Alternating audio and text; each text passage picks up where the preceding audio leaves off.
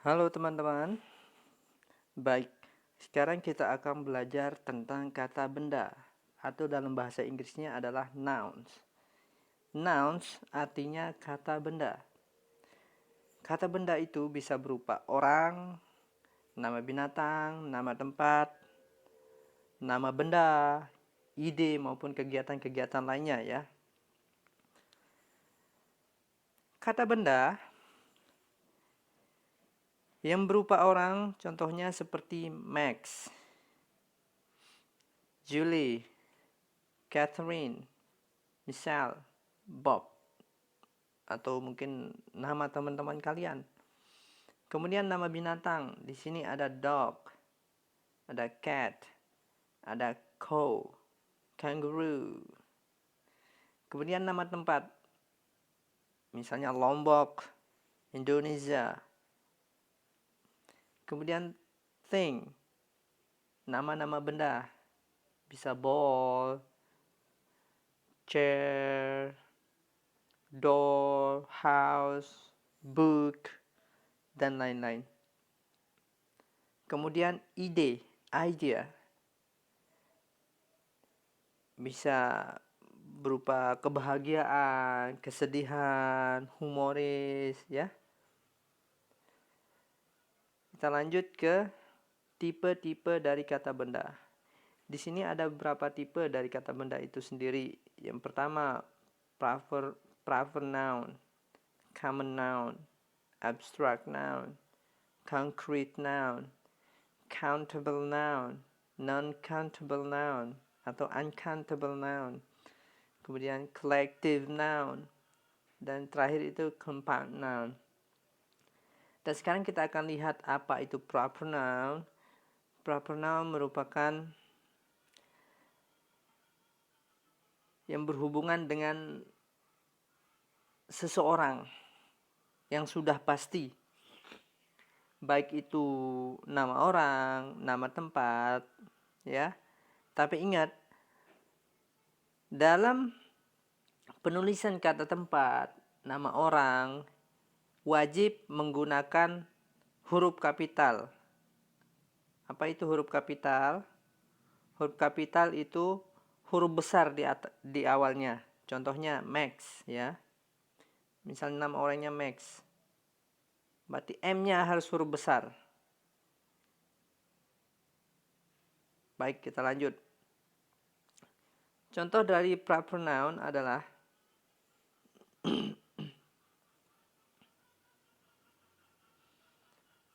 di sini ada contohnya, yaitu misalnya Melbourne, Steve.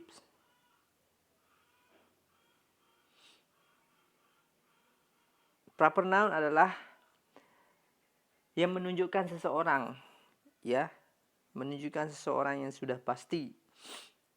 Kemudian common noun. Common noun di sini adalah menunjukkan sesuatu yang sudah biasa, yang umum, baik itu nama orang, nama tempat, atau nama benda. Contohnya di sini misalnya Melbourne, Mumbai, Toronto, atau Jakarta mungkin. Rata-rata orang Indonesia sudah tahu yang namanya Jakarta. Berarti di sini bisa masuk ke common noun ya. Kemudian lanjut ke abstrak. Apa yang dimaksud dengan abstrak? Abstract noun merupakan sesuatu yang tidak bisa kita lihat ya. Sesuatu yang tidak bisa kita lihat itu artinya tidak berbentuk. Contohnya seperti ide atau kondisi. Kita menjelaskan kondisinya, misalnya dia baik, dia kurang baik, atau dia bahagia. Itu bisa masuk ke abstract noun ya. Di sini ada contohnya, yaitu truth, lies, happiness, sorrow, time, friendship, humor, patriotism. Itu masuk ke abstract noun.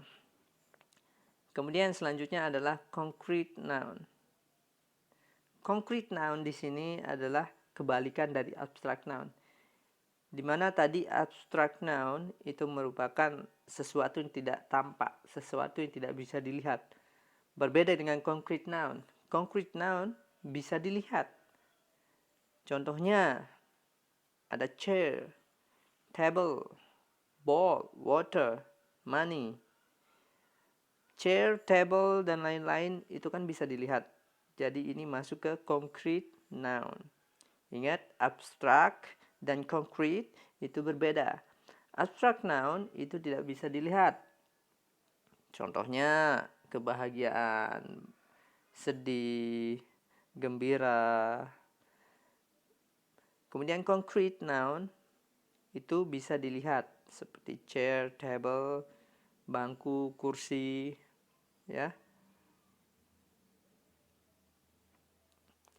Kemudian bentuk noun yang selanjutnya adalah countable noun. Countable noun merupakan kata benda yang bisa dihitung. Ingat, kata benda yang bisa dihitung. Contohnya seperti chair, table, ball. Biasanya dalam penggunaan countable noun biasanya ditambahkan e atau en. Di sini ya. Artinya sebuah. Tapi bisa juga misalnya kita kayak di sini 3 chairs. 3 bangku misalnya. 3 tables. 3 meja.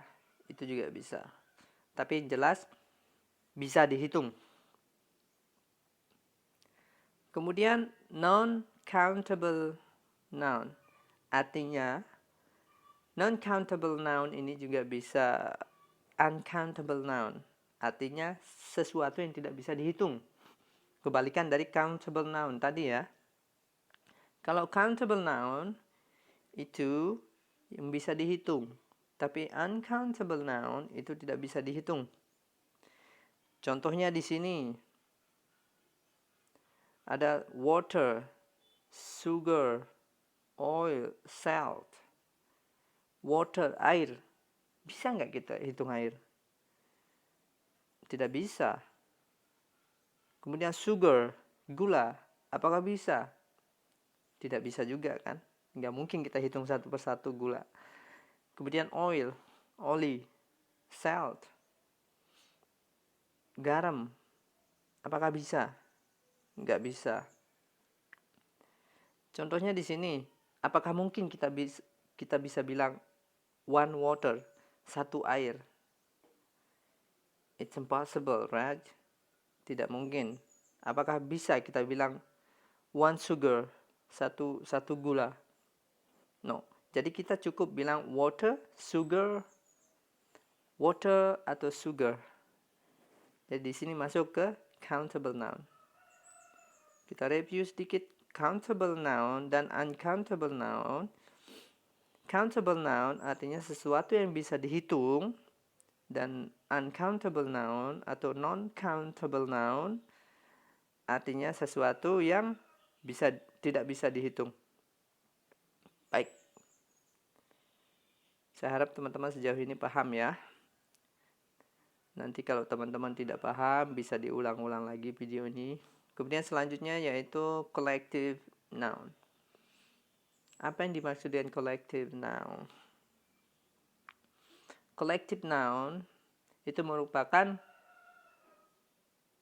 suatu kelompok, grup.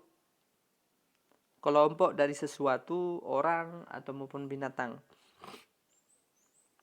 Di sini contohnya family. Family di sini termasuk dalam collective noun. Kenapa family masuk dalam collective noun? Karena family ini berisi ayah, ibu, adik, kakak. Jadi dalam family ini bukan hanya satu orang di sana, tapi ada beberapa orang. Kolektif dalam grup, ya. Jadi family masuk dalam collective noun. Kemudian team. Kenapa team dalam collective noun? Karena yang namanya tim yaitu lebih dari satu orang. Ya. Kita lihat saja tim sepak bola. Ada 11 orang dalam satu game, dalam satu permainan. Jadi tim di sini masuk ke collective noun. Kemudian jury. Kemudian ada cattle dan lain-lain ya. Kemudian lanjut kita ke compound.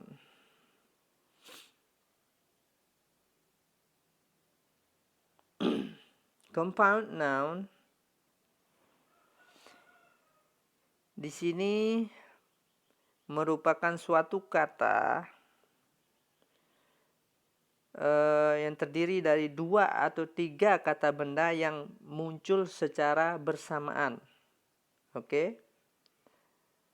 Compound noun merupakan 2 atau 3 kata benda yang muncul secara bersamaan. Kita lihat contohnya di sini. Ada six pack, 5 years old, son-in-law, snowball, mailbox, dan lain-lain. Six pack. Di sini ada 2 kata benda atau satu kesatuan yang tidak bisa berpisah. Six, ini artinya 6, pack, paket. Atau kita lihat contoh yang sederhana di sini. Son-in-law atau 5 years old, mailbox, snowball. Jadi compound nouns itu merupakan 2 atau 3 atau lebih kata benda yang muncul secara bersamaan ya.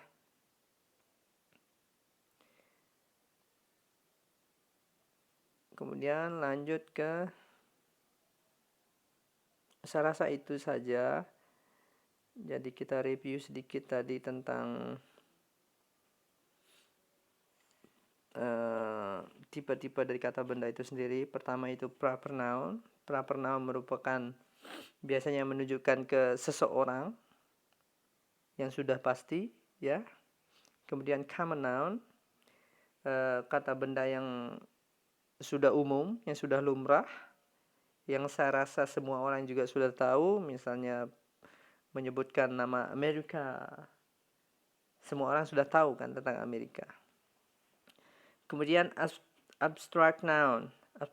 Abstract noun merupakan kata benda yang tidak bisa dilihat ya. Bisa berupa ide, bisa merupakan sesuatu kondisi, atau misalnya kebahagiaan, sedih, itu tidak bisa dilihat.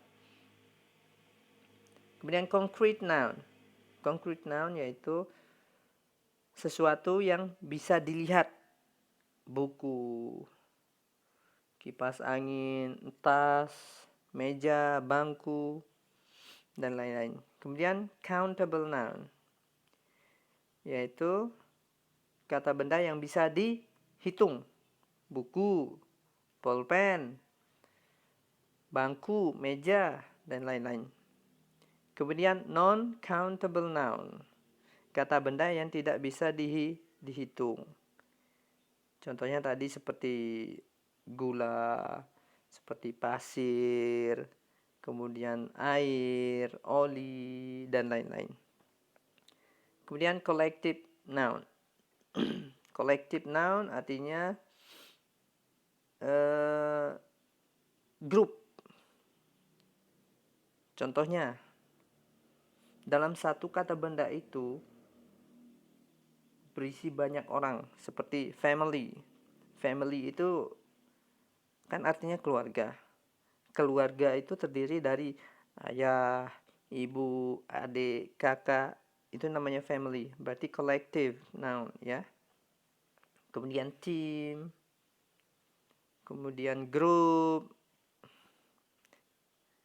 Kemudian yang terakhir yaitu compound noun. Seperti yang tadi terakhir kita jelaskan, compound noun merupakan 2 atau 3 kata benda yang terdiri dalam satu kalimat, satu kata.